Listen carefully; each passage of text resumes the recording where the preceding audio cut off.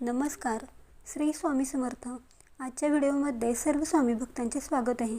हिंदू धर्मात विष्णू सहस्त्रनाम हे सर्वात प्रभावी आणि शक्तिशाली व कल्याणकारी स्तोत्र मानले जाते.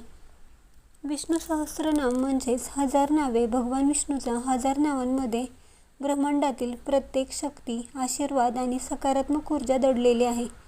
नियमित विष्णू सहस्त्रनाम पठण केल्याने मन, शरीर आणि घराच्या वातावरणात अनेक दिव्य बदल जाणवतात. जीवनात येणाऱ्या ज्ञान, शांती, स्थैर्य आणि संकटांपासून संरक्षण देते. हे एक उत्तम उदाहरण आहे. विष्णू सहस्त्रनाम घरात कसे वाचावे, त्याचे कोणते नियम पाळावेत आणि वाचण्याच्या पद्धती याची माहिती आपण या व्हिडिओमध्ये बघणार आहोत. विष्णू सहस्त्रनाम वाचण्यासाठी गुरुवार आणि शनिवार हे 2 शुभ आणि विशेष दिवस आहेत. तसेच एकादशी, पौर्णिमा या दिवशी केलेले वाचन अत्यंत फलदायी ठरते. विष्णू सहस्त्रनाम हे संध्याकाळी दीप लावून संध्याकाळच्या शांत वातावरणात केलेले वाचन अतिशय प्रभावी असते. तसेच सकाळी ब्रह्ममुहूर्तावर 4:30 ते 6 ही वाचनाची वेळ देखील उत्तम असते. वाचनाला बसण्यासाठी स्वच्छ कपडे घाला.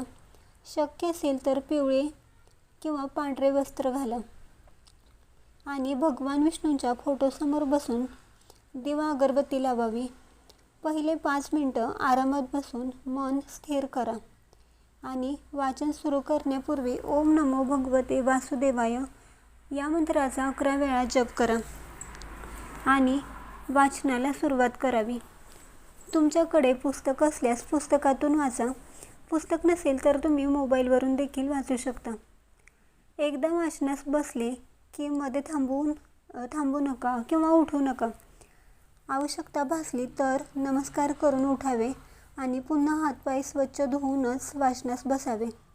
वाचन झाल्यानंतर शेवटी फलश्रुती अवश्य म्हणा. फलश्रुती वाचल्याने संपूर्ण फळ मिळते. विष्णू सहस्त्रनाम वाचल्याने जीवनातील अडथळे दूर होतात.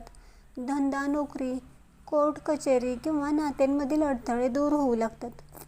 सतत चिंता करणारे मन शांत होते. मेंदूला स्थिरता मिळते. विष्णू सहस्त्रनाम वाचल्यामुळे धनसमृद्धीची वाढ होते.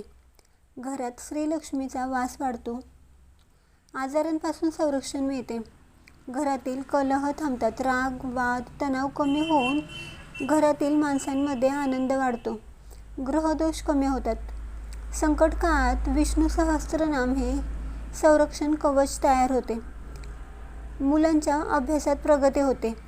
विष्णू सहस्त्रनाम हे ब्रह्ममुहूर्तावर वाचणे सर्वात शुभ मानले जाते. सकाळी 4:30 ते 6 या वेळेत वाचणे श्रेष्ठ असते. विष्णू सहस्त्रनाम पठण हे 11 दिवस, 21 दिवस, 41 दिवस किंवा 108 दिवस संकल्प करून वाचले जाते. जर तुम्हाला शक्य असल्यास रोज देखील वाचू शकता. काहींना विष्णू सहस्त्रनाम वाचणे शक्य नसते तेव्हा त्यांनी ओम नमो भगवते वासुदेवाय हा मंत्र 108 वेळा म्हणा.